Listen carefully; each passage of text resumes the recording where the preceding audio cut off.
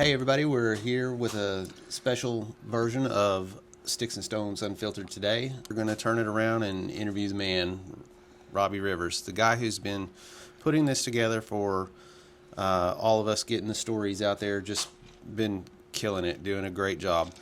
Are you ready? Mm-hmm. All right, here we go. So, I'm going to ask a lot of the same basic questions that you do, but there's also going to be some change-ups. I'm not going to throw you too many loops, but where'd this start for you? Where were you born and raised, and where are you from? Born in Henderson, Nevada, right there at Las Vegas. I then got over to Reno. I really don't even remember anything there. As far as I just know, I was born there in Henderson. And Pretty then, young. Yeah. I mean, hell, I don't even know. I think I was out of there by 2, living in That's in really Arizona. Young. Yeah, so I pretty much raised until I was 16, 17, and then moved here to McAllister. And that's kind of how I got here. So you finished high school here in McAllister? Yeah, I did my first 2 years of high school in Chandler, Arizona. Okay. And then moved here to McAllister, did my junior year at McAllister High School, and then I did my senior year, graduated from Savannah. Savannah. Yeah. All right. Nice. Good schools. So after school, how long of a period did you have before you jumped into whatever your first role was? As far as emergency services? In emergency services. Geez Louise. I graduated in 98. And got my EMT license in 99. Did you say 1998? Yeah, 1998, and then got that EMT license in 99 when I was 19 years old. 19 years old. Yeah. And you've had it ever since. Yeah, had it ever since. Bumped it up to intermediate EMT, which of course now is dinosaur style. You Right. know? Well, speaking of dinosaur style, tell everyone a little bit about the test back then. To take your EMS test was not like today. You didn't go take it on a computer. You didn't get a lot of different scheduled times. Mm-hmm. How was that? You had to pretty well go on one of their given dates, and you showed up, and there was a room full of people, Bunch of people. and it was like you'd see in an 80s movie. You all sat at desks, and you had your paper pamphlets and pencils, and Yeah. there was people up on the front that watched everybody to make sure they weren't cheating, and Yeah, Scantrons. you had to fill in the bubble. Yeah, Fill in yeah. the bubble. And number 2 pencil. Yep. Like, Yeah, it was way different than having to get your license now. it's come a long way for sure. I at the time, like, you had to take your test at the tech center for the state. Yeah. Then if you passed that test, you were allowed to actually take the state test or the Right. national. And to be honest, I don't even know how it goes now. I had that EMT license for probably 10 years, and then by the time I went to intermediate school, it had changed somewhat. Like, it was Scantrons. You had to go somewhere up in Tulsa, take your test, and then I ended up taking my actual skills test down in Texas. I went to instead of going to intermediate school at the actual tech center, they sanctioned the class out there at the Army ammunition base. So I went through that class with a bunch of those guys, and the closest place we could find for our skills test was way down in Texas. So we all carpooled down there and took the test down there. And that's a national test, so it didn't matter that it was in Texas. Yeah. National registry. It didn't matter. Right. So we'll get a little more into the EMS here in just a little bit, but as many people who know you know that you've had a lot of passion and fire for the service. You, no pun intended there, but a lot of drive within the service, and you've worn many hats. You've done a lot of stuff. What's some of the other stuff that you've done besides EMS? Like emergency services wise, Emergency services wise. I've been in law enforcement for 9 years. Of course, fire, 20 something years. EMS, 26 years since. Yeah. I kind of dabbled in a little bit of everything. I really got into like the rescue series stuff. The fun stuff. Yeah, good stuff. yeah. I hated hazmat. I got my hazmat tech. Hated it though. I mean, and some guys love it. And I mean, kudos for you for getting the tech, because I couldn't even make it that far. Hazmat just did not interest me. Yeah, hazmat was. To be honest, the reason I got hazmat was because it was a pay increase where I was at. Like it was one of the classes you could get to actually give yourself a raise. Were you in on the local class for that? Did you have to go away somewhere for your tech, or was that offered in-house? No. Everything training? I took was, I would say 95% of the trainings I took were not in-house. Not in-house, yeah. Because I went to, way back in the day when I got Fire 1, hazmat ops wasn't required. It was just hazmat awareness. I'm trying to think where. I think I took ops. I took ops in Norman, Oklahoma, up there. Went up there, and I believe it was just a week then. Like, you went up there, did all the classroom work, and then tested out on your skills. And then I ended up taking tech over up in Muskogee. And that was a bigger class. That was a 2-week class, was it not? 8 yeah, hours? yeah, I believe it was. I know the one we took in Norman. Of course, the department at the time would pay for us to go, right? And so we went up there and roomed up there. The one in Muskogee, 2 other guys went with me. And we drove back and forth every day, which was still fine. We had access to a support vehicle, drive back and forth. I do remember there was a bunch of class. Yeah, That's nice. Yeah. When you're not having to pay out of pocket for the gas, but we ended up in that class with a bunch of Air National Guard guys. So it was kind of cool to see their perspective on the stuff they were doing. But yeah, because typically you would think of that as being geared more towards fire. So, yeah, and that maybe people like that, the federal side or something, would have a different type of hazmat. They, well, and that was kind of the crazy thing about that hazmat cert. If you got that gold seal, you knew it was kind of going to be across the table, everybody doing the same thing, right? But, which is important. Yeah. You want everybody on the same page, especially for something like that. Yeah. But once again, I hated hazmat with a passion. I did not like it, but I got it done. Lot of rescue classes, auto extrication, aircraft rescue, swiftwater rescue. Swiftwater, I always loved Swiftwater just because, you could stay cool. And yeah, I never made it to that class. Yeah, but I hated it when it was cold outside. Yeah.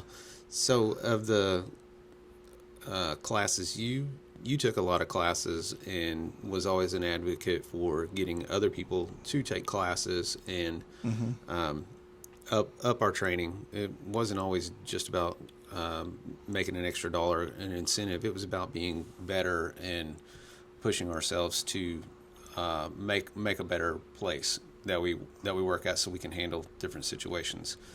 That type of energy didn't go unnoticed. There was a lot of people who really recognized you for that, and I want to believe that you got recognized as an instructor through IFSTA. Oh, I got nominated for. I got a nomination for Instructor of the Year for the fire service instructors of Oklahoma. I think there was like Oh, okay. 6 of us throughout the state got nominated for it. Well, it's still a pretty big deal. 6 out of the whole state. So Yeah, that's it was pretty cool, and interesting. that's a good organization too, Yeah. to be a part of. But yeah, I think that was maybe 4 years ago Right. when that came down. I forgot about that, but yeah.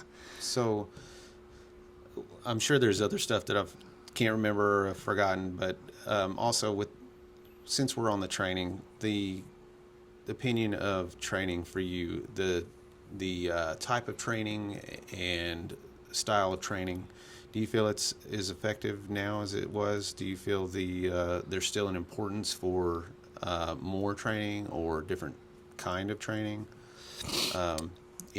mainly within the fire service? I mean, actually, in fire, EMS, and police, I do think a lot of times we get bogged down with the book work. We get bogged down with that book work, and we forget about the real world stuff. Right. And there is a lot of stuff, especially on the fire side, that they're transitioning to. Like there's a lot of good guys that have been passionate for the fire service that are actually getting into roles finally at the state level or at some larger training organizations, that it's more realistic. It's not this is what you would do. It's not completely by the book. Yeah, just real basic. I mean, they cover the basics, and then they're teaching you how to go above and beyond, which I think is Right. good and it needs to be done. The book is behind. Right. I mean that's it. It's Well, just way behind. with most stuff. Yeah, that's usually behind, and then too, there's just real world scenarios that you just cannot put into a book. It's just impossible to put them all in there, and that was what I enjoyed about the fire service. I'm sure you probably felt the same way. Like, just because it was a gas line that was hit doesn't mean it's the same gas line as the time before, or somebody had a fall. You go in for a choking call and you find out it's a full cardiac arrest, and it was always different. It was always a challenge. I remember going on a fall, just a fall early in the morning, normal one. You get, but nothing's normal. Yeah, nothing's normal. Routine call, but it went from routine to unroutine real quick. It was a fall. Guy had fallen early in the morning. We get there. Well, he had fallen, but he had fallen due to a gunshot. Oh, yeah, that'll make a difference. Yeah, it definitely made a difference because we bebopped in that house like, hey, no big deal. We're going to... That's a worse feeling, too. Yeah, we're going to help Paul up. And then when we saw a pistol on the ground, this dude, and it was like, took about 3 seconds to get back to the ambulance because at the time we didn't have handheld radios. So run back out there, get on the radio, and... got the cavalry coming, but you know how it was. If you showed up with 2 people, it was going to take more than that to get somebody outside onto the cot. And that was the worst feeling when you go in unprepared. But it's not necessarily your fault because you can't carry all that gear inside because you've got a different bag for trauma and you've got a different bag for cardiac and respiratory. I mean, what are we doing? Not to mention your mindset. Your mindset's totally different. If you go in knowing that you have a gunshot, you're going to be totally different than, hey, this guy just fell. We're going to help him up. We'll be back before shift change. Blah blah blah. Yeah, that doesn't. Yeah, we're going to get a refusal signed after we get them up. We make sure they're alert and oriented. Nothing's hurting, and we definitely did not get a refusal signed. So no, they're not signing. So. Following along with that, what's something crazy that you can remember? Just maybe odd, out of the ordinary, wild, something, anything you can or are willing to talk about. I'll talk about anything. I'll probably draw a blank right now, which is funny now that I'm on this side of the table. It's way different over there. Yeah. I mean, on the rescue side, I can remember responding out on the highway. And we were taught you never you're never cutting on a vehicle, you're never spreading on a vehicle. For years, we were taught you're just not doing it unless you power it down, right? Like Right. you can't do it. That was Right. basically what we were said. You can't do it. This was before electric vehicles were a big thing. Yeah, So- yeah. Well, we get out there, of course, on 69 highway out there by the movie theater, huge intersection. There's always a wreck out Always there, a wreck. or a semi that's stuck in the ditch, you know. And the shift commander that day, his lieutenant, had a lot of respect for him. But we got there, and this guy had run a Sprinter van basically up under the back of a semi. I mean, and you know how Yeah. fast everybody's out there. You know, you're doing 75, 80. You know? Right. No skid marks from this van. This guy didn't even touch the brakes. It was at night, so I don't know if he was asleep, if he's on the cell phone, what was going on. But we got there, and kind of a heavier set guy, and he's alert, oriented, talking, trying to get out of the vehicle, but he's pinned in with the steering wheel, Right. and that's the only thing. And we actually didn't even respond in the rescue truck. We were coming in the ambulance. Oh, yeah. You're not getting him out. in the Yeah, ambulance. and so we get there, and I mean, we really expected them to kind of be out of there. And when we got there, they were like, "We can't power the vehicle down," and I was like, "Well, you know," and they couldn't get underneath the hood because it was shoved underneath the semi. Right. And we ended up. I had just been to a different training in a different state, but. They were like, I mean, sometimes you got to do what you got to do, you know. Absolutely. Yeah. Well, we ended up.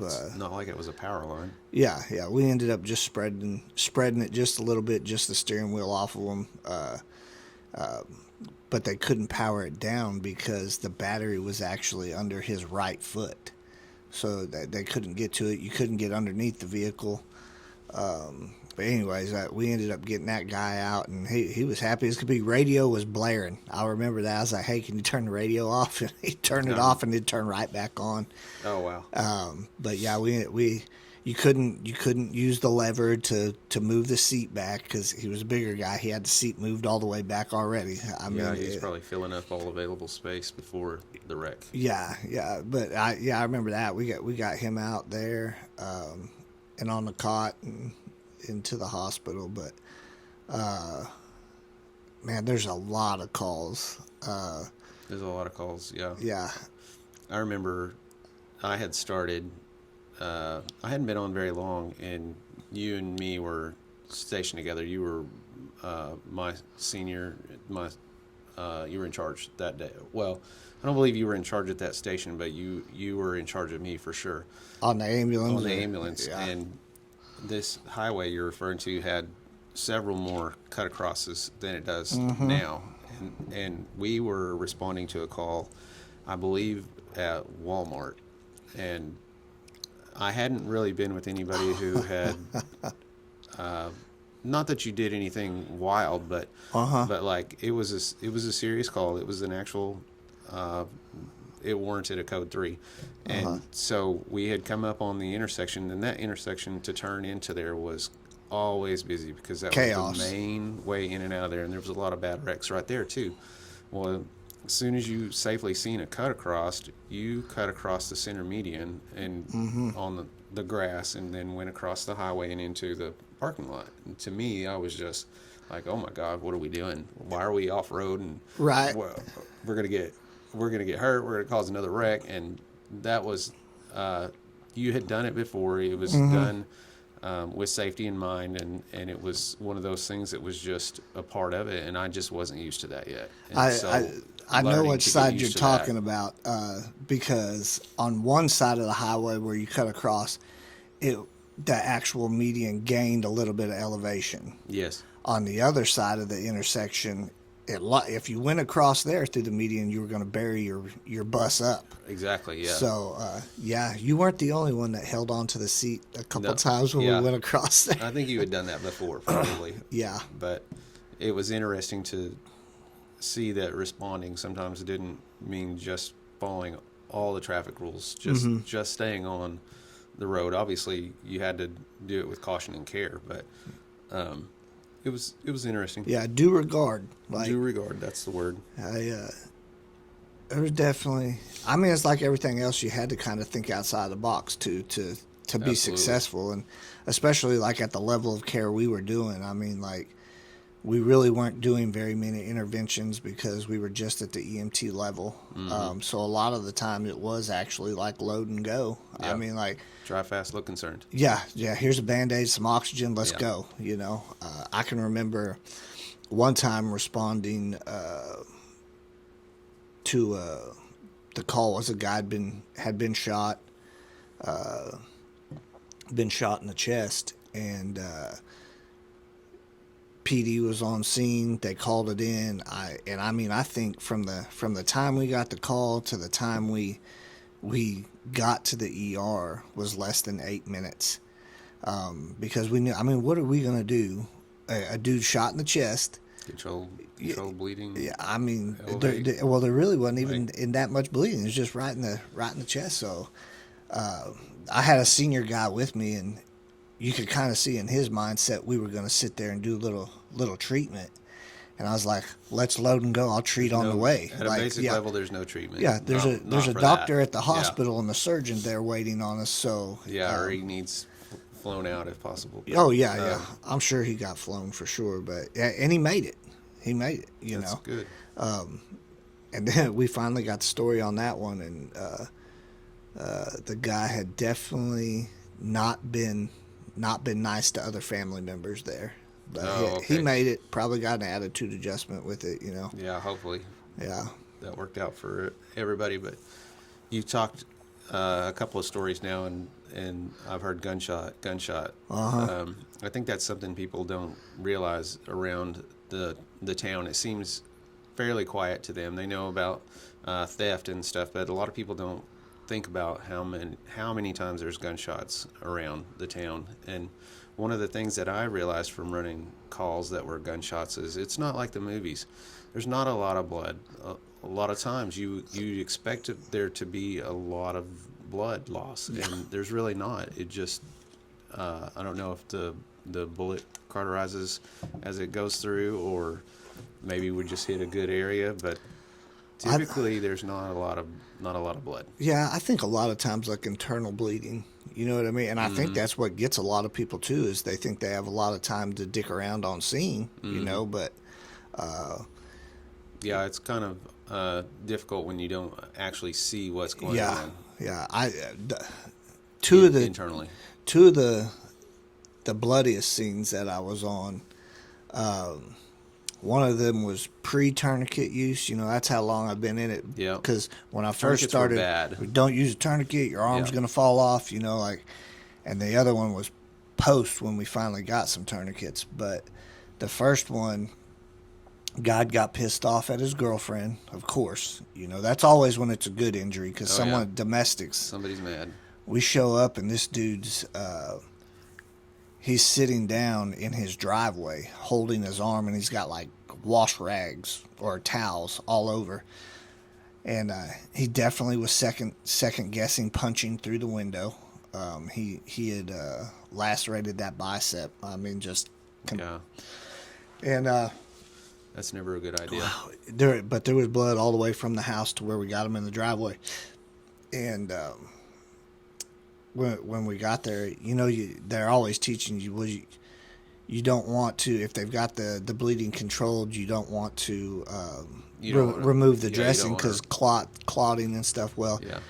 to me, the bleeding was not controlled. We still had blood everywhere. Right. And so we had our trauma bag. We jump out with the trauma bag. And I had some gauze in my hand, the little 4x4s. The little 4x4s, yeah. Yeah, pre-tourniquet time. Yeah. Pre-tourniquet. And I said, all right, let me see what you got going on. And when he pulled his the towel off of his bicep, the blood, I mean, like it was like in the movies, it shot past me. Yeah. And I can remember, I think I dropped the F-bomb as I was trying to duck it. It's bad when the medic's doing that. Yeah. And I had the lieutenant was on scene with me, and I immediately, what I had in my hand, I put on the wound, and I was trying to hold it. And he kind of turned white, and he's like, "What do you need?" And I was like, "I need all of the 4x4s, because we had that big Yeah, package." that big block of them. And he was like, "What do you mean all of them?" I was like, "Hand all of them to me." And he handed them all to me, and I was able to fit every one we had in that bag in that wound, and then bandaged it up. And dude's still alert and oriented, and so I get that wound packed, we get it bandaged up, and I'm like, "We need to go to the hospital. Like, this dude's definitely going to have a vascular surgeon." And sometimes the ER didn't believe us when we talked to them. Oh, yeah. Right? Right. Like they didn't really believe your assessment. And by the time we got there, I did have the bleeding was stopped. And the ER doc, I always had a lot of respect for him. Excellent doc. But he came in there to look at that wound, and he went to... He wanted to see it. He wanted to see, basically like I did with Yep. that towel, and he had his It's face. natural. It We was want his to. face was as close to the wound as the microphone to my face. Just going to get a little peek. Yeah, and I reached up there and pushed him back, and he was like, "What are you doing?" And I was like, I'm telling you," and it did exactly what I said. As soon as they pulled that dressing off and that packing, it dislodged the clot, and that dude was going again. They took care of it. Ended up life flighting the guy out. He ended up making it, and Yeah. they got him up there to the vascular surgeon. He was good to go. But that was quite a bit of blood. And then the pre-tourniquet, the other one that I had that was super bloody, a dude was doing a remodel at a commercial building. And they called us, and the call was he's almost cut his arm off. And he was removing plate glass, and it was almost the same exact injury. Right. I mean, we got there, and there's a trail from outside of the building into this guy's building, and he's sitting in his office, and it was just like tracking a deer. I mean, Oh, I'm sure it was way easier because there was probably more blood. yeah, Yeah. there was no question about where he was, and when we got to him. But the big difference was, we had the tourniquet in on the way. I had it prepped. I was ready to go, because Right. I'm thinking his whole arm's gone, and it might as well have been with as much Right. blood. But as soon as we got in there, we actually got the tourniquet on him, got the bleeding stopped, and so I mean, once you got the bleeding stopped, now it's just a matter of make it look pretty. Let's go to the hospital, Right. And that's what we did. Once again, though, we get him out there to the hospital, and it was a rookie nurse that was out there. She was new, and we really Curiosity got her. She we wanted to hadn't see it. we hadn't built a rapport, and she loosened that tourniquet, and it immediately started bleeding again, and when I say loosened, she took it off, and I don't know why they feel the need Yeah. to do that. the doctor came in, and he immediately put the tourniquet back on. Right. But it was just like, it was two different worlds. One was pre tourniquet, one was post tourniquet, and it was just one example of 26 years in, Right. how it changes. No, it did change, because I remember whenever I was taught the EMS side of it, the tourniquets were bad. The studies said there was more damage done than to not have a tourniquet. But I had a few bloody calls, but not like really, really bloody. Well, we were now into tourniquets, and same kind of deal. A guy pretty well cut his arm off. He had fallen through a like a awning that had the tin on it, and the tin had struck him underneath the arm, across that bicep, and just ripped all of that open. Yeah. And there was more blood from any one patient than I had ever seen, and he was still alert and oriented. And luckily, that's pretty well how the call came in. And there was an officer that was fairly close, and he had a tourniquet, and he started a tourniquet, and it didn't completely stop it, but we were able to work with that at least. Yeah. Got it slowed down and get it stopped. And that was one of those calls where you're the closest one. You send somebody else if they're available, but we really didn't have enough time to get anybody else there to help us, and so Yeah. we're pulling the cot through the mud with this guy on there that's very large, not Oh yeah. necessarily heavy set, but he's just a tall, big guy. And for two guys, one of them being smaller than me, and then going through the mud of the backyard and all the blood and everything, it was a little bit difficult. Luckily, the officer was there to help us quite a bit, but I think we lucked out where we were at too, because even the officers that didn't want to be involved in patient care, we could always at least depend on them for the most part. I'd say 95% of them we could depend on that if we needed some help lifting,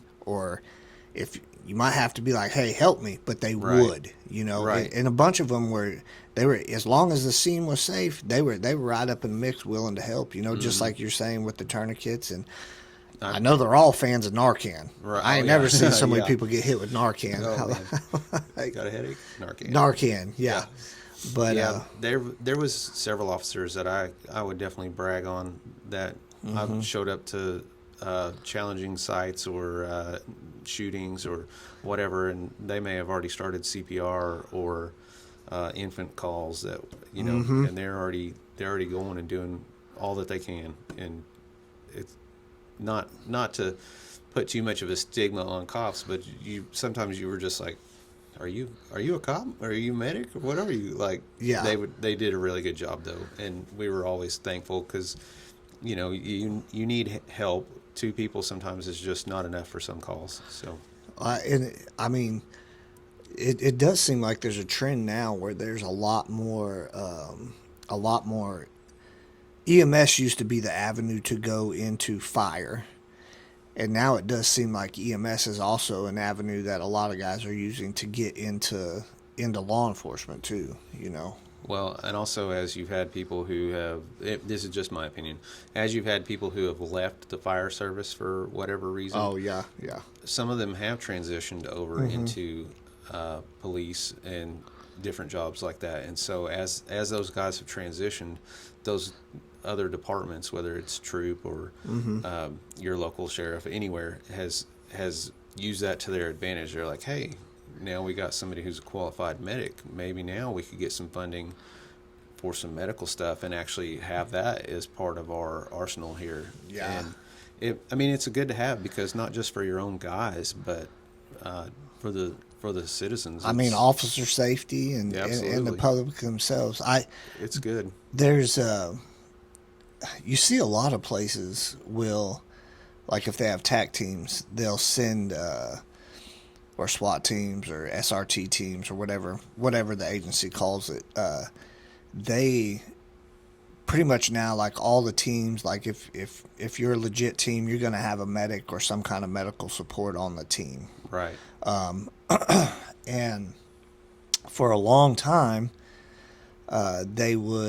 they'd pick somebody out of the team and they'd be like, okay, you're going to EMT school or you're going to paramedic school, and they would send them, which was good. That's right. Better than not having somebody. But then they would end up coming back to the team, and they would have no street experience as actual medical care.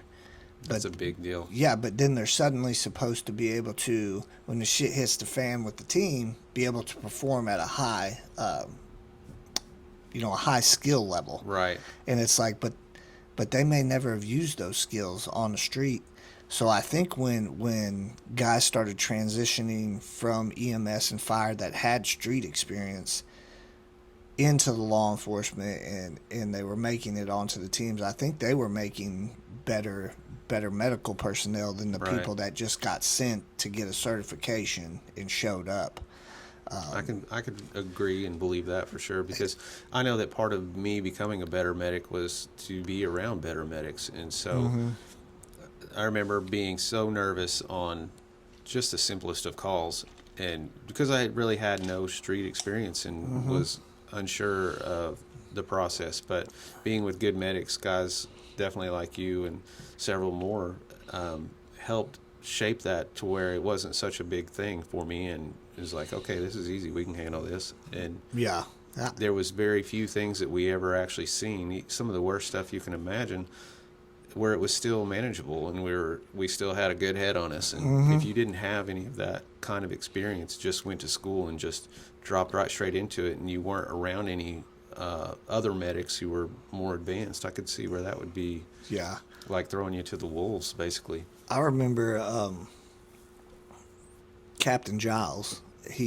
Before he was a captain, he was my driver, like over me, and I used to get pissed off, because we'd be at that station together in Northtown, and I literally would do 95% of the calls in the back of that ambulance. And of course, I couldn't shut up. I'm gonna say something. I'm gonna ask a question. And I asked him. I was like, "Man, how come you don't ever get in the back of this ambulance?" And he said, "When you get 10 years in, you let me know." And he said, "I'll switch out with you." And he answered my question. So I was like, okay, you know what? If he's got a year mark in there, then so I kind of, as I aged through the service there, and I kind of remembered what he said, and I thought at first it was like, well, he's just got the years in, so he doesn't feel like he needs to be in the back. And then it kind of dawned on me the longer I was there that, like you were saying, I would start putting the young guys in the back, and they would ride that back the majority of the time. Right. But if something happened that I felt like was gonna test them maybe beyond what they were ready for, I would jump back there and take it, And I'm not a medical guru at all. I was just good at trauma. That was it. I mean, but I never let anybody flounder, I mean, mainly because I didn't want to ruin them. I didn't want to sour them on it, because a bad EMS call can ruin a guy. Absolutely. So I didn't want to sour anybody. And I also for patient care, But I mean, in all reality, that ambulance, that's a medical Uber now. It's hey, I stubbed my toe, and you're going to take that same person 14 times for a stubbed toe to the hospital. But that's their emergency. I mean, it is. I give it to them.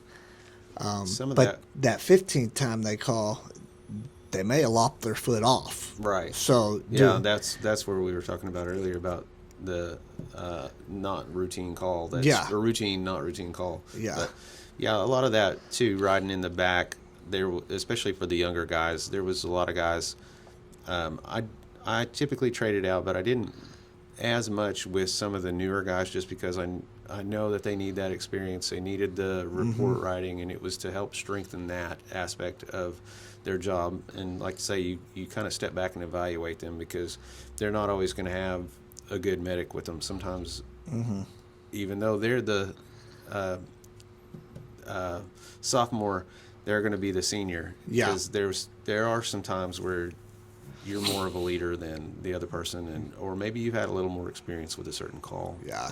It always scared me when an ambulance would get sent out. And of course, where we were at, every station heard every call. So I could be all the way across town, and if the other side got a call and you knew it was bad, like the call actually came out bad, and you had two rookies, two real young guys, green as could be on that rig, the senior guys, most of the time, if they thought it was going to be bad, they could call up to the captain and be like, "Hey, this one might be over their head. Do you mind if we start heading over there?" You know what? I can remember doing that exact thing right there. You hear the call, and then you just go ahead and start getting up and kind of getting dressed and call the captain or officer in charge and say, "Hey, you care if we just go over there?" And sometimes we just showed up and just helped load the patient into the ambulance, and other times we showed up, and thank goodness we did, because it was something pretty bad. Or there would just be questions. There was a lot of questions. EMS can put you in a situation where you're just not quite sure. Well, fire service in general can do that, but you just get in a spot where you're not quite sure, and maybe you need reassurance from a officer or a driver, somebody who's had some real world time and been through this. And it's like, hey, what exactly is our procedure or protocol for this? Because this is a gray area here. I remember being at the college, and like I said, I had some excellent leadership at times that really they bent over backwards to make sure I could further myself, and I was allowed to go to the local college. If I was on duty, I could go and take my class, or go take a test if I had to take a test or something, as long as I kept my radio on.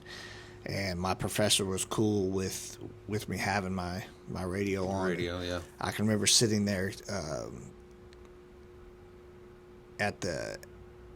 we were in the conference room or seminar part there for some reason, and the call came out in Northtown, which at Eastern in McAllister's not far, but the call came out for an unresponsive child. And when it came in, they were going to meet the ambulance.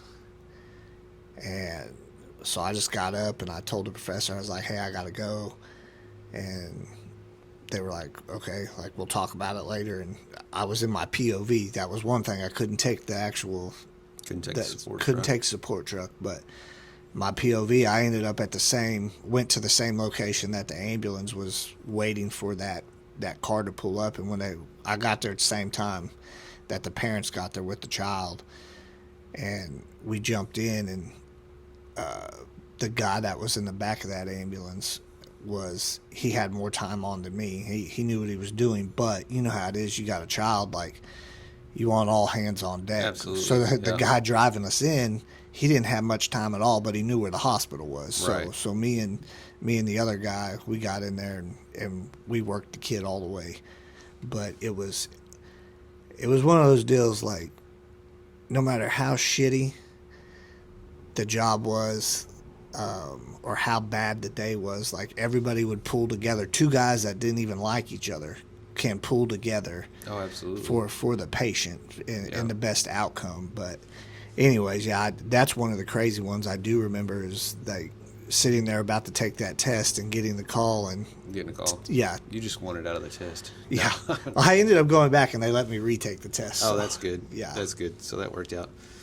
Oh, so we've got a lot of stories. You could tell stories all day, especially on the EMS side, because there's so much of that. But you've got a lot more to you than just the EMS. You were, your EMS was 26 years, but fire service was 20, and then you had about 9 in the law enforcement to date. So, out of these positions and roles, was there any role that has been better to you or more favorable to you than another? It's almost like pick your favorite kid. Yeah, where I'm at EMS wise now, we work a ton of hours, but we do like 0 911 calls, which is great because I'm not the 911 EMT that I used to be. Right. I mean, my back it's going to be an issue for the rest of my life, you know. But everything we have where I'm at now is power and slide sheets. So like, the stuff that's really necessary to help. Yeah, we're not lifting people out from behind their bed. We're not dragging people off of porches. Yeah, stuck between the toilet and the bathtub. Yeah, so. Or in the bathtub. I'll say now the place it's good, and I've got some longevity there. Like, I'll last. That's good. As far as the sheriff's office I'm with, I really do. I love that job, and what I get to do there. You know, it's pretty cool. Right. It's definitely needed, and they work with me crazy. I mean, they go above and beyond to help me do my job there, and I'm grateful for them. And well, you're a different type of officer there, so that's very needed. So I can see where they would definitely work with you on that. With you mentioned your back, so is the back the reason that you were out of the fire service? Yeah, yeah. That's why I finally. And there was more than one time. So you actually, if you want to talk about it, you retired Uh huh. due to a back injury, Yeah. and then you came back to the line. Within 2 years, you were able to challenge, and it was less than 2 years. You challenged, you pretty well rehabbed yourself, right? On after you got away from was that a workers' comp issue? Yeah. And then so you had rehabbed yourself, I guess, because you were released, being retired, Mm-hmm. and then you challenged the test and came back Yeah. to the fire service. Well, Was that? Go ahead. Let me just start from the beginning on Okay. it. Like, That'd be easier. yeah. So, when we both hired in, like, we had junk cots at the time. I mean, they were good cots, but we're talking about the cots you had to pick up, slam into the back of the ambulance, the leg would fold in. Then we got some H-brace cots where you still had to pick them up, get them in, whatever. Not necessarily good for your back. No. Not like what's out there now. But so you're dealing with that repetitive stuff, and then I don't know. Were you working at the department when I fell off the roof? Yes. Over by Creek. Yes. Yeah. I wasn't at that fire, but I was working. Yeah. So the PRV valve was Pressure relief. not operational on the truck. And we worked with low manning, I mean, whatever, it is what it is, low Right. manning, and it won't ever change, and it's never been different. It's always been low manning, Right. And I was up on that roof. Shouldn't have been up on that roof. I look back on it now, and I'm like, that was the dumbest ass idea. What type of pitch were you talking about? Is this a walkable pitch, or was it? It was walkable in the daylight with felt shoes on, so you wouldn't slide. Oh, okay. Metal roof. Oh, it was a metal roof. Metal roof, I didn't realize that. snow on the roof, and we had a roof ladder on it. So while I was on that ladder, it wasn't an issue, right?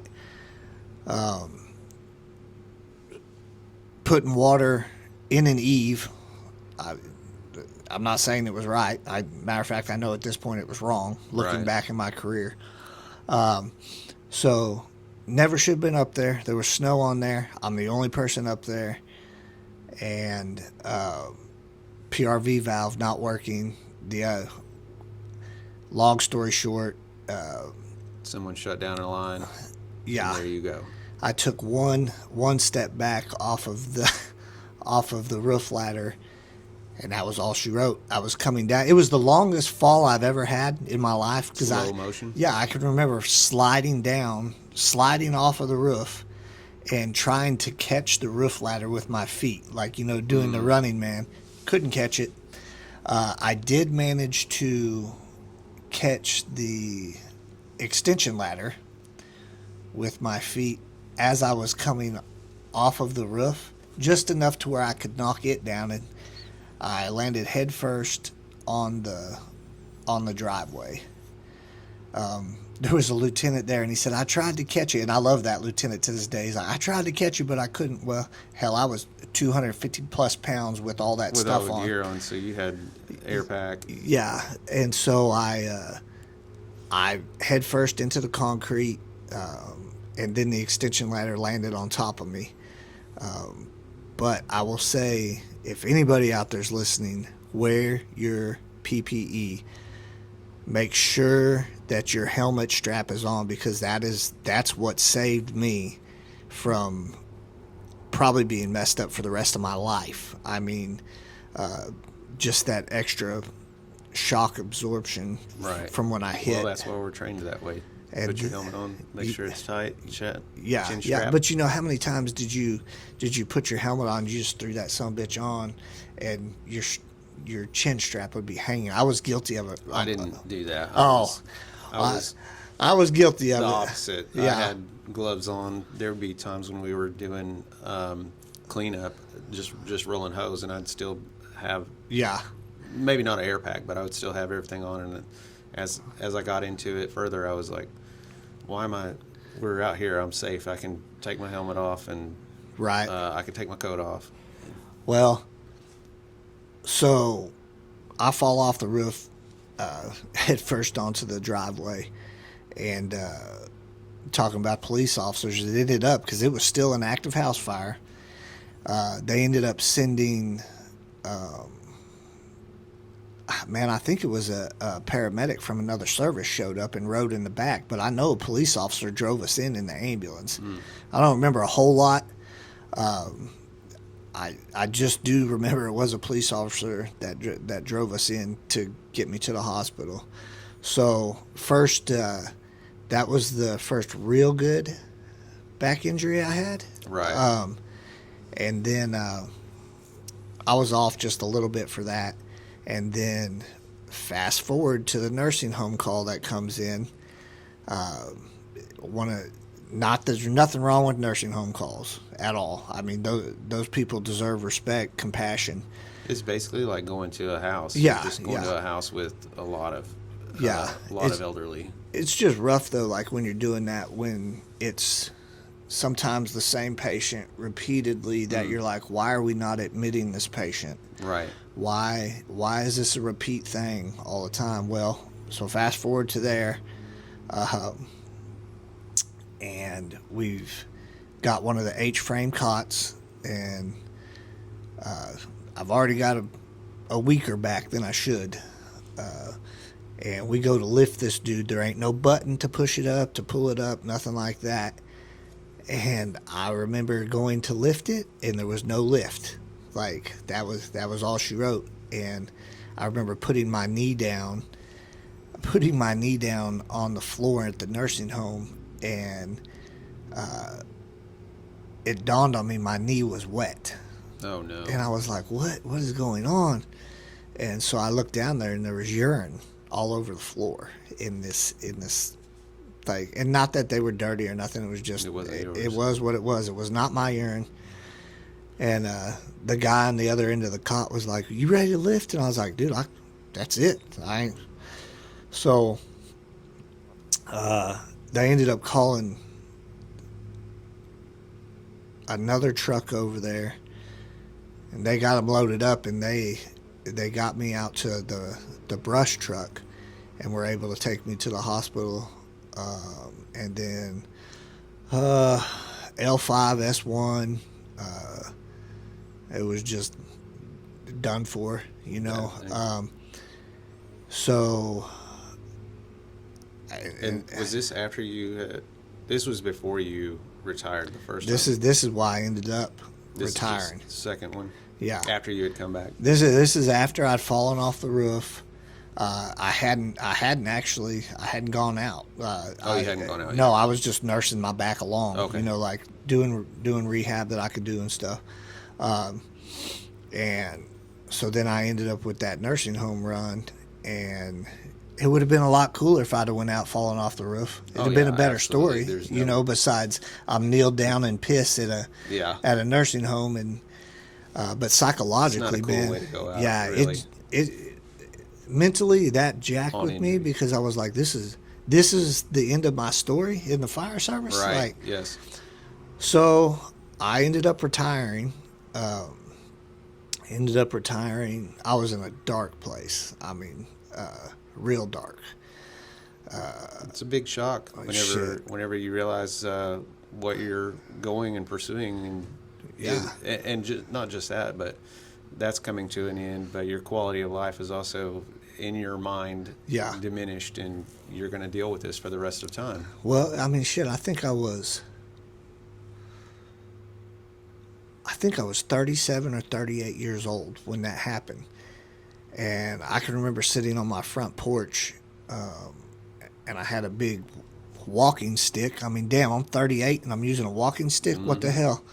I'm carving it with my knife out there, carving the bark off of it. Like, sounds country as hell. Out there whittling. Yeah, and I mean, you're in a dark place. You're not able to do what you spent the last 10 years, or if you count the EMS, I mean, hell, Right. the last 17 years, 18 years.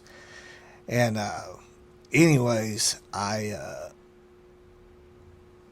the doctors wanted to do surgery on me right then, and I was like, man, because I'd always heard nightmare stories, the guys I knew.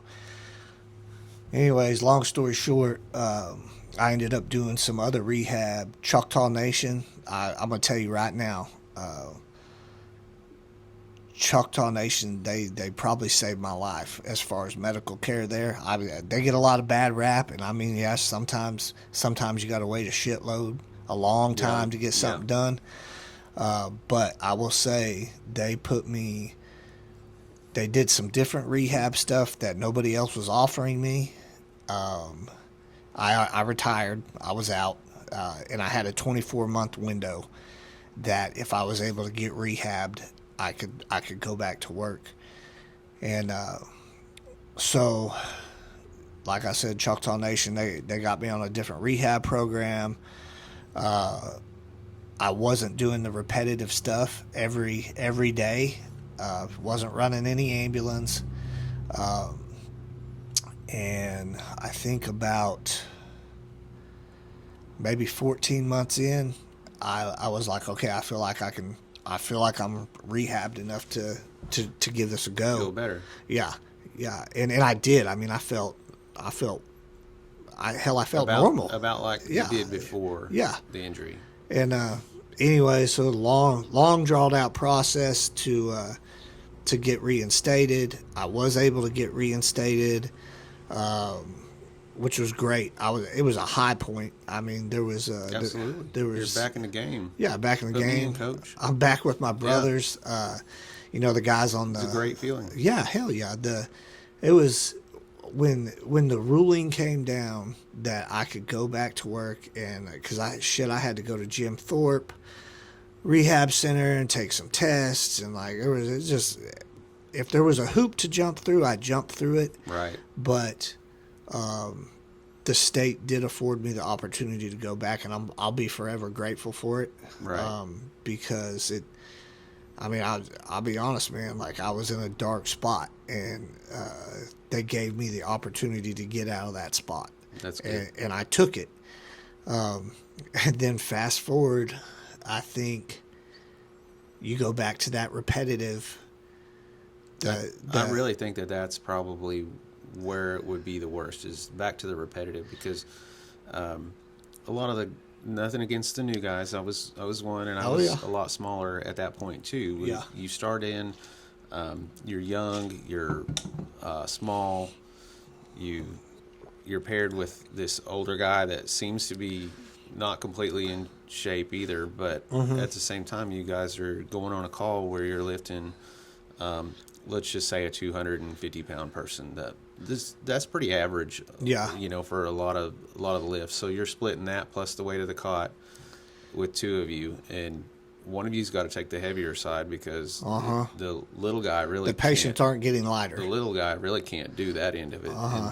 And then you factor in the situations where, like what we were talking about, you get the lady who falls, and she falls in the hallway, and you almost have to jump over her to get to the other side, and there's no room for anybody to really lift to help get her up. Yeah. So you're coming up with new creative ways, and that's really a lot of improper lifting that's just unavoidable.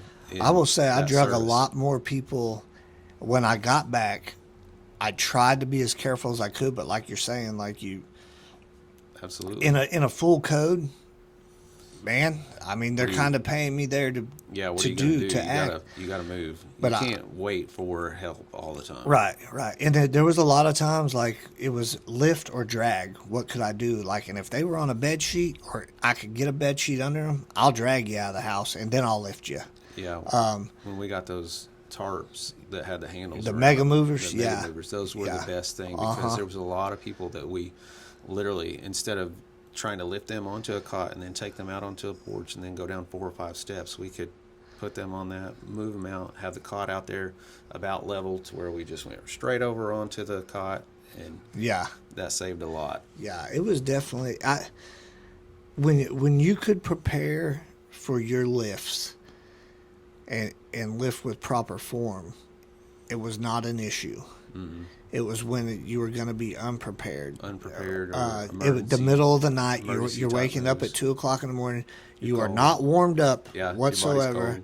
And Lucy Sue over here is wedged between the bed and the wall. Well, and somehow they've got a king size bed into a closet, and that's the bedroom. Don't even know how that happens, Yeah. but they did. Hell yeah, the ingenuity is unbelievable. But anyway, so now I'm back at work, and I'm grateful. I wouldn't.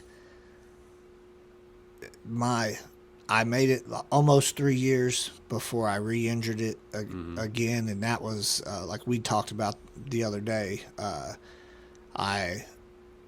Corey Vaughn, I almost TKO'd him with a roof hook, Right. because I trying to push the roofing back, and I just that was the part where, and hell, I was stuck on the ladder then. And I you're mean, stuck on the yeah, ladder, yeah. I mean, embarrassed, number one, because I just got stuck on a ladder because I dicked my back up, and now I've almost killed a good friend of mine. Yeah. And how am I going to?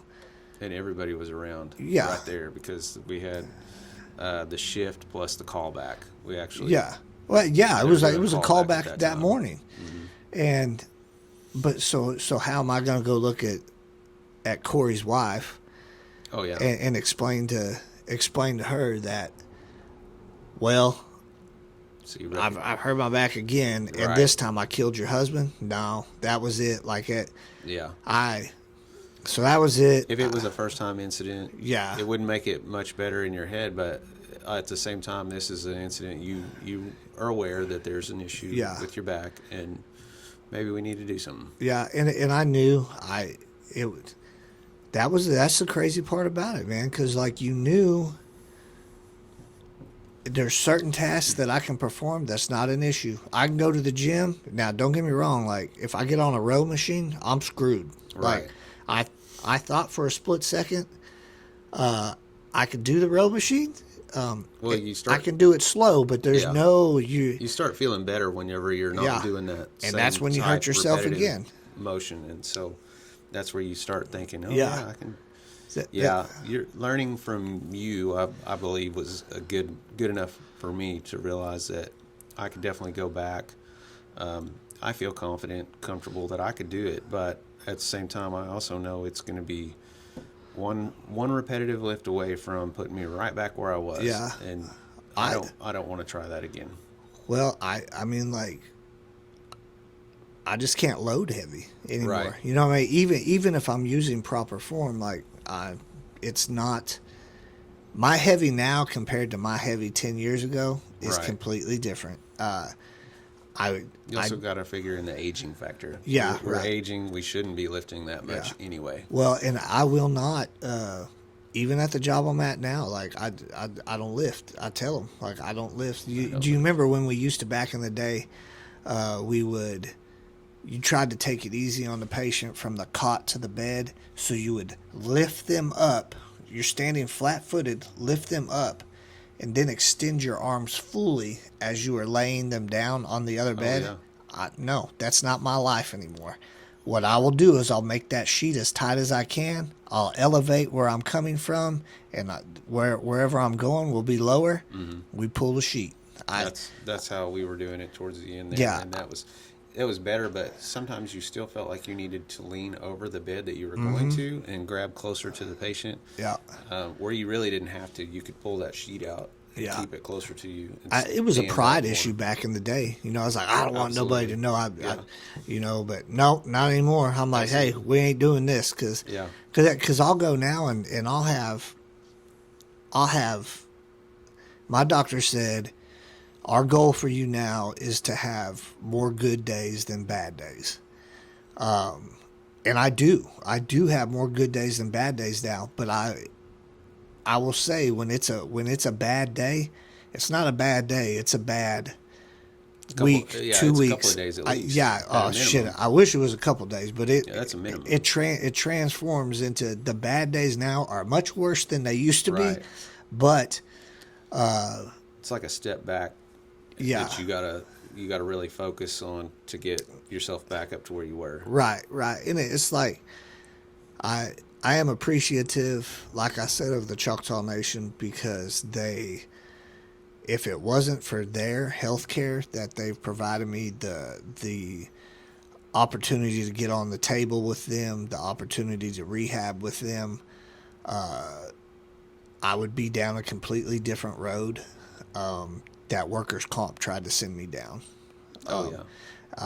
And I'm super appreciative of the care that I've received afterwards. Right.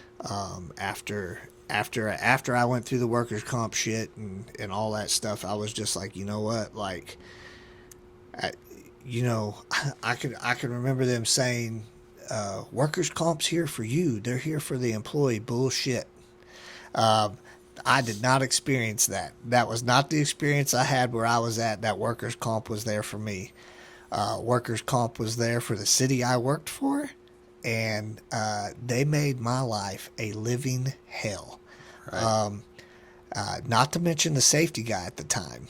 That on the when I got hurt the first time, that dude,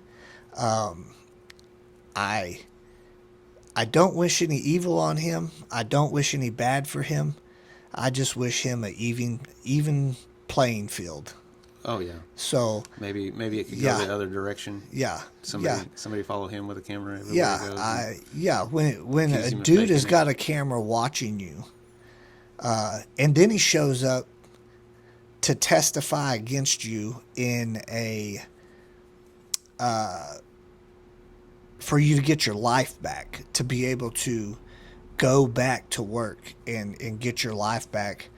And then afterwards, he comes up to you and he says, hey, man, no hard feelings. It was just the job. Yeah. Bro. It felt really personal. Yeah, it felt real personal. And it was real personal. And it will be personal for me with him until I'm in the dirt. Right. And it shouldn't be. I should be able to forgive and forget. And I'll forgive you, but I'll never forget you. Right. I understand. There's some people like that are that way for me too. They did some things that were pretty well unforgivable. Yeah. And you would have never thought that they would do that sort of thing. But that the same safety guy you're speaking of, I had to deal with him because at one point I might have been injured at the same time as you, or maybe you had already gone when I had an injury. But he had basically said to me, you're going to have back pain. I have back pain. You're just going to have to live with it. And let's be honest. Yeah, I am living with back pain. Yeah. But at the same time, he was also trying to get me to do nothing about it, which was not going to happen. I knew the state that I was in, there was just no way to get around it. There was something going to have to happen. My quality of life was diminishing, and not just physically. It was starting to go mentally, because you're getting in that. It's married to each other. I'm not going to be able to provide. I'm not going to be able to do the things I love and enjoy. Yeah. And that's not just with the work, but with extracurriculars, your hobbies, your activities, your families. You're just not going to be able to do that stuff. And so it switches everything. For a guy to try to get me to just not have a claim because he's trying to save the city money, right, was just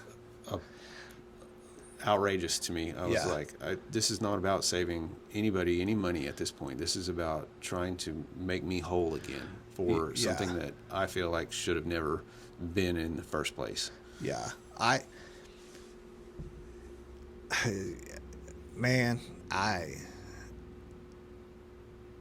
It's too much. I don't even know what to say about the whole situation, bro. It's unfortunately where we were at. If you were hurt for any reason, for any amount of time, you basically wadded up and thrown away. Yes. I mean, that was it. I mean, if crazy. Yeah. So, anyways, I'm done talking about that shit. You remember? I remember your good old saying after you came back too. It's still a good job. Still a good job. Still a good job. Yes. Anything that would happen, the outrageousness that was passed down the line, come out, everybody would be surprised. Not you. You're just like, it's still a good job. And you don't realize till you've been had that possibility of not coming back. Mm-hmm. You know. Yep. still a good job. Still a good job. And you tell yourself that for a while. But so Fire service in general, best job in the world. Absolutely. Emergency services, best job in the world. And when that shit gets robbed from you, when it gets robbed from you, it's something that no insurance company can replace for you. Nothing can fill the void of what you were doing. If you loved it, nothing will fill that void. I saw an article one time that it said a forced retirement is like a divorce, and I would agree with that. And it's a separation that for me, it was a separation that I felt came 10 years too early. right. It was an unwanted divorce. Yeah, it was an unwanted divorce.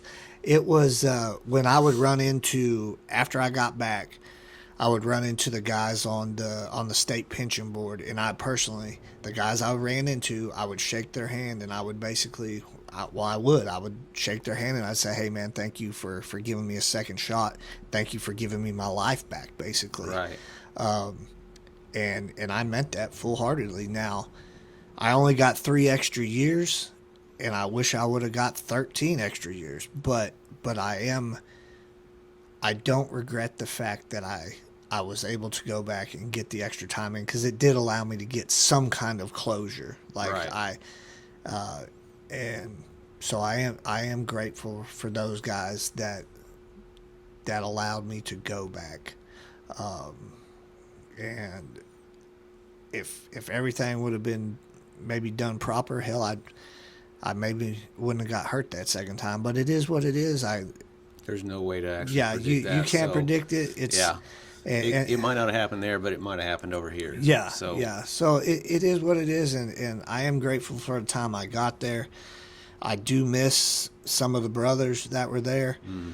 I do not miss the bullshit politics that were involved at that place. I am glad to be away from that. That was the worst part about it. That was what got a lot of people out of it. Yeah, politics, man. If you were older and you had a decent job and you came there and you realized what was going on, then you knew, I got to get away from this. Yeah. This is not. Yeah. This is not cool, not good, and history has proven over and over that they were never going to change it. Nothing's going to happen. Yeah, the big difference for me is protect the higher up. There was a huge void that first time. The second time, I don't necessarily have a void. I do miss the fire service, but I don't have a void for the place. Right. So I'm glad to be gone. Yeah, there's a difference in not liking the actual service part of it versus the politics and the admin. Yeah. But and mentally this time, shit. That first time, I mean, I was in a dark ass place, sitting on that front porch, whittling that stick, just thinking, I mean, effectively my life is over. Right. Like, what the hell? Like, it's not a good feeling. Hell, I'm having problems walking. You remember that little hill at my driveway, and then you had to. I was having problems walking up that damn hill. I'm like, I'm 37 years old. 2 weeks ago, debilitating. I was running every day, and you go from that to damn using a walking stick. Yeah. Second time, we used to run together. Yeah. So, yeah. The second time, I was just like, well, that first time didn't kill me. I'm gonna be okay one way or another. Right. You know what I mean? And so I'm in a good place now, and that's good. So, not to completely change up, but let's move over. Let's change it. Let's move over to your opinion of going to state conventions, or do you feel like guys conventions and conferences can benefit from that stuff? Like not necessarily just the conferences. Like we went to some conferences where they were more training focused, but the conventions that I'm speaking of are like through the state fire association or the professional fire association. Those were more about learning about the backside of stuff that people didn't always think about. They were about your retirement, about legislation, those sort of events. Do you feel like more guys would benefit from learning more about that and maybe serving on some boards with those. I mean, me personally, I feel like the more stuff you're involved in at that, it opens your eyes to other resources that are out there for you. A lot of networking, a lot of good Yeah, networking. yeah, 'Cause like guys from across the entire state are there. And well, and you even get guys visiting from out of state that are coming into the conferences or summits or whatever you want to call them. And some of the friends I made at those things I'll have them for the rest of my life. I still talk to several of the guys, Right. And it's nice to be able to call them up too if you're in that part of the state. And yeah, like, say, hey man, you want to got get together? Yeah, Or, or you got an idea on this where I could go for this or that? Yeah, and I guess my deal with that is it keeps you in the know too of what other departments are doing. Like, what are these standards? What are those? And it's not always bad. Like, when you go to something like that, it's not necessarily forget my department or forget this, Right. or it's there's a fellowship there, a brotherhood there that you're learning. Like, I did not care about retirement whatsoever when the first couple times I went. I sure cared about retirement the last couple times I went. You know Right. what I mean? Like, There was a little more to it than just you like- just add a percentage and then you retire at this date. There was more to it than that, and it was interesting to learn what was involved with that. I definitely I had a great time at most of them. Sometimes, which one was in February every year? That was OSFA. They moved it to June. Was Is that the one you're talking about? Was that OSFA or was that? I was more into what PFFO. we did or where we were, because PFFO was always in Oklahoma City, and then OSFA jumped around. Yeah. It might be in Tahlequah, it might be in Tulsa, Midwest City. Man, I will definitely. Guthrie. I did like OSFA because it bounced around, and there was all levels of guys there that you could get there and meet with. I mean, one thing I'll say though is like, no matter where you go, what convention you're going to, look at it from that 10,000 foot perspective at first, and make sure you're going to associate with the people that are there for the right reasons. Oh yeah. If it smells bad, it might be bad. But I definitely think like the younger guys should get involved in that when they can. And the fire service is theirs. Like, it's yours. Like, you make it what you want. But if it's just you and you're not involved, you're probably not going to change it.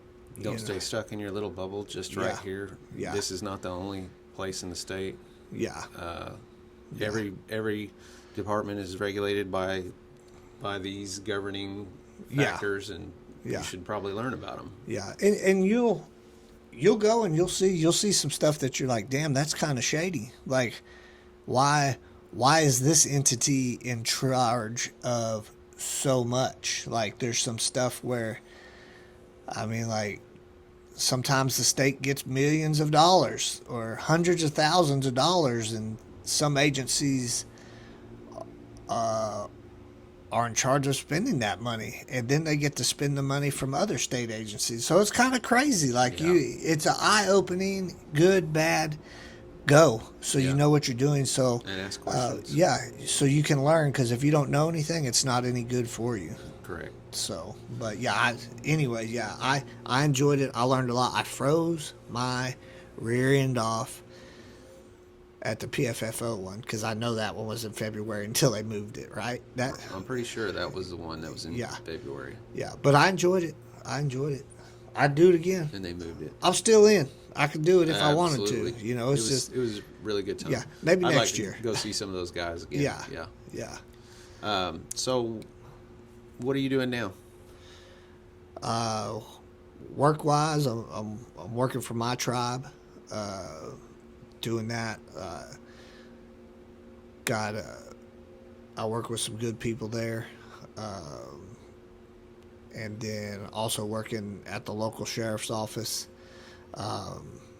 and I enjoy that. Those guys have they've really kind of taken me under their wing there. You know, it's kind of crazy there because I got like 10 years in law enforcement. And it is funny because I can remember going back 10 years and the guys that I originally got into the game with, I mean, now they work everywhere. You know, they're some of them are still at the sheriff's office. Some of them are troopers. Some of them are PD officers. Oh, okay. Some of them Not like they have 3 jobs. You mean tribal like officers. They split up and went. Different agencies. Yeah, they've all got to different agencies, and so I enjoy that job. I enjoy what they let me do there, and it's been a wild ride, and I hope to continue to do it. Absolutely. So, is there anything else that stands out that you'd want to talk about, or anything you feel maybe we haven't mentioned, or? Man, I lessons learned. I would say like a big lesson is for me. Don't put all your eggs in one basket. And I got away from that after I got hurt that first time. You know, I always did a little bit of everything. Right. But I really, I realized that I needed to kind of focus on the education. Like, so I went ahead and finished college. I got some more certs that transitioned into some other jobs. That's good. So I definitely got my eggs out of one basket and kind of spread them apart. You know, that's helpful if you become a target somewhere. Yeah, well, and I mean, there's guys too. Like I feel bad for them because like they didn't do anything else. They didn't get any other certs, and you know, and I know a couple guys like they're just miserable as hell just because they haven't got the opportunity or anything because their eggs were in one basket. Right. You know, I mean, And they feel stuck. yeah, Yep. yeah. That's a horrible feeling. And embrace your skills. Like I wish I had the artistic stuff that you have. I do not. Like I'm plain Jane on that, but like embrace your skill. Like we got that one buddy.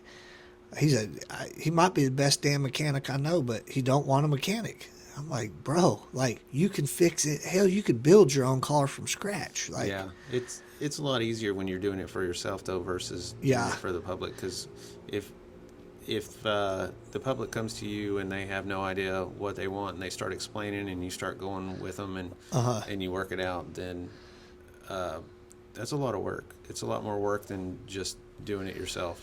Like, yeah. For the mechanic guy, at least he's got something concrete to look at where he can say, hey, whatever, my blinker don't work. He knows exactly where to go from there. He doesn't need a whole lot more of your story, but at the same time, he knows he's going to get it. And right. So sometimes he just would rather, and being a mechanic puts you in a lot of weird positions with your back too. Right. Well, yeah, that's I guess thing. I didn't really think about that. But I've never been.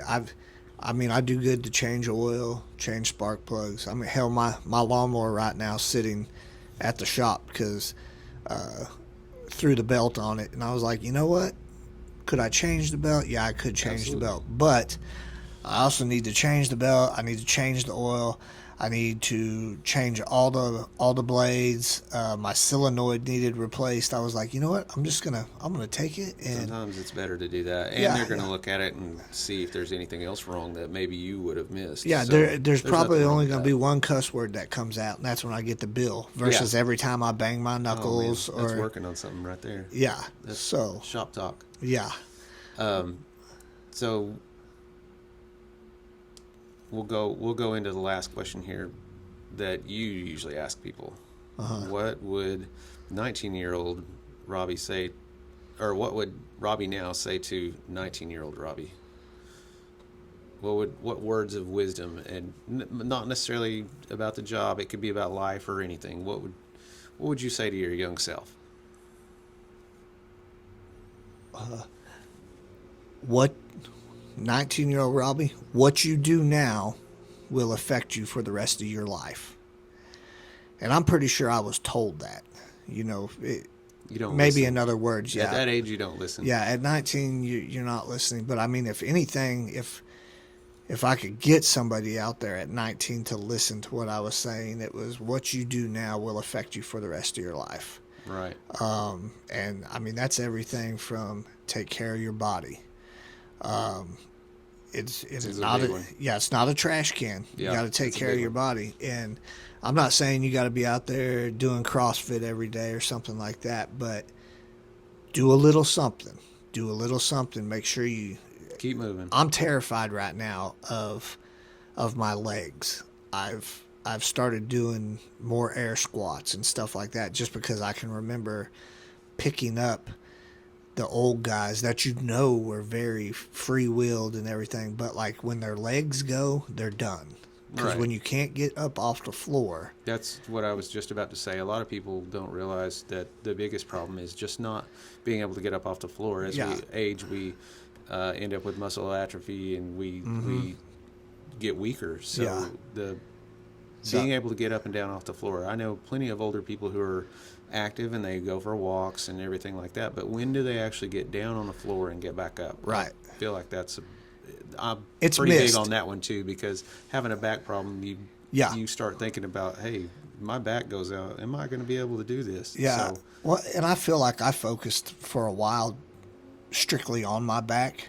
Like that was my main focus, and I probably neglected my legs. And I can tell now when Tight hips. when I get down, I'm like, oh shit, my hips are horrible. But so I'm working on that. But 19-year-old Robbie, I would be take care of your body because you only get one. Only You get know that they one, yeah. they can replace some stuff, and I mean, get your education, whatever it's in. It doesn't even have to be a formal education, but what's scary now, I guess, is AI. It's very interesting, like because there's a lot of jobs that were 5-10 years ago available to these kids that in 5 to 10 years will not be available to them. trade jobs will be Yes, yeah, most of them. most of them. You know, That's a whole nother subject that yeah, we could spend hours on too, because AI has just come so far so fast that I think it's even amazed the people who were working on this and putting it together. It's just become, yeah, but as per usual, the biggest part is scams. Yeah. People are using it for scams because it's easily available. You can clone voices, people, everything. Oh yeah, you can make the whole damn video now. Like you don't even know who it is, or I mean, you want to make a logo for your business, you just generate it right there. Right. But so, what you do now will affect you for the rest of your life. And I had a guy when I worked at the prison. I don't know if you even knew I worked at the prison, but I worked out there for like 3 years. I feel like that's probably how some of the people that we know together, that's probably how you met them, because they Through the had prison? worked at the prison as well. Yeah, so I was there for 3 years. And when I went to the DOC Academy, there was an instructor there named Slater. And when you went into the prison, Oklahoma State Penitentiary, there was a thing called the rotunda. Mm-hmm. And so basically you walk through main control. It's kind of like a little hallway. And then you came out to this big circle. In the middle, there was a cage there. And that person in that cage operated all the doors on this circle. Anyway, so that was called the rotunda. So at the academy, Bud Slater, I'm pretty sure his first name was Bud, but last name Slater, he said, don't do anything that you wouldn't stand on top of the rotunda and yell to everybody else. And at the time I was like, yeah, that makes a lot of sense. You know, I don't want to go to the prison and pack in dope. So, you know, I wouldn't want to stand on the rotunda and say, hey, guess what I did, you know? So it made sense in that context at that time. Hell, I was 21 at the time, you know. And I guess to 19-year-old Robbie, I would say, don't do anything that you wouldn't want to stand on your mama's front porch and yell to the world, you know, because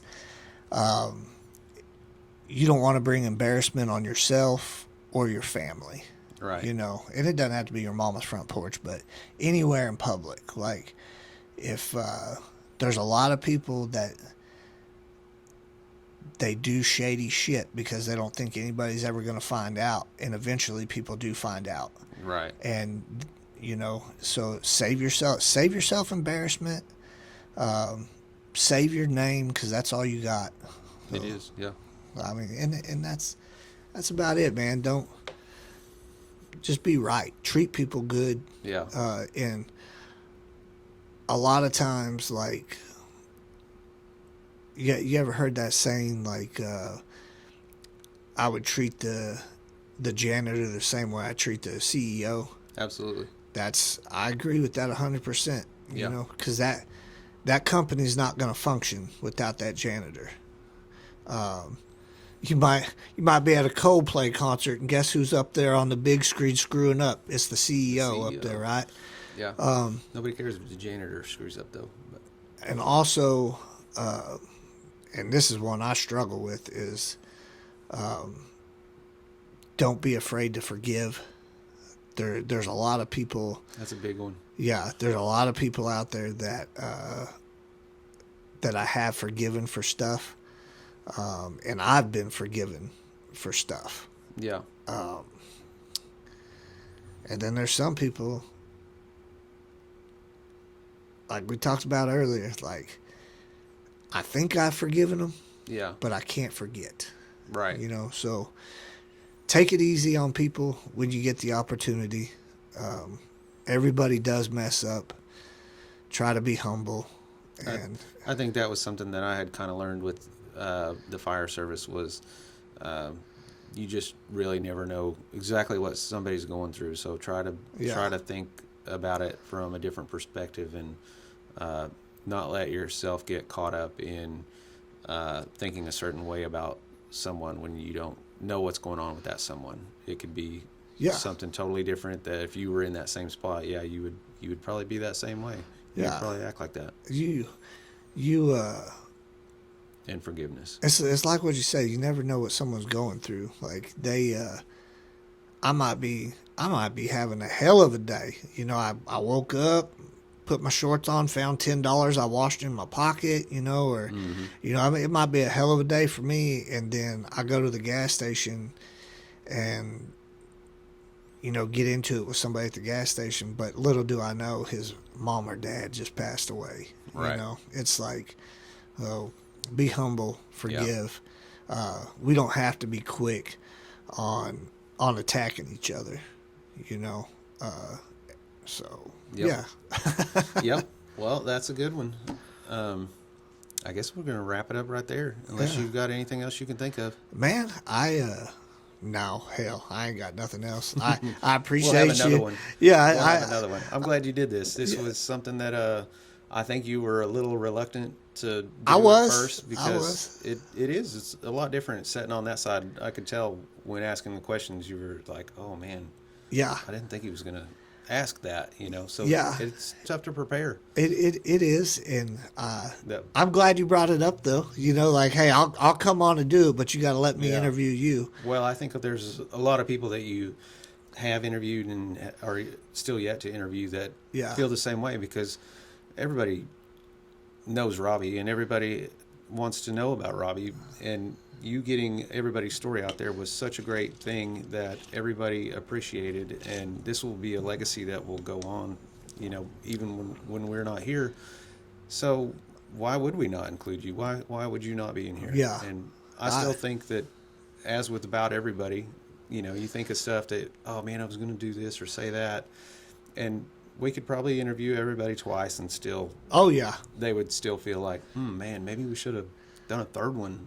And everybody so far that's been in has been like, they'll call, damn, bro, I forgot to even talk about this or whatever. And I was the same way. It is weird sitting on this side. It's like I meant to say something else. Where you fire off a question, and I'm like, oh shit, what's the, like, when you ask, like, what's the a crazy call you've been on, or Yeah. like, and it's Those like, always put you on the spot. there's 500 of them in there, but Yeah. yeah, Well, so and also we try to separate. We should try to separate for our family's sake, for the public's sake, for our own sake.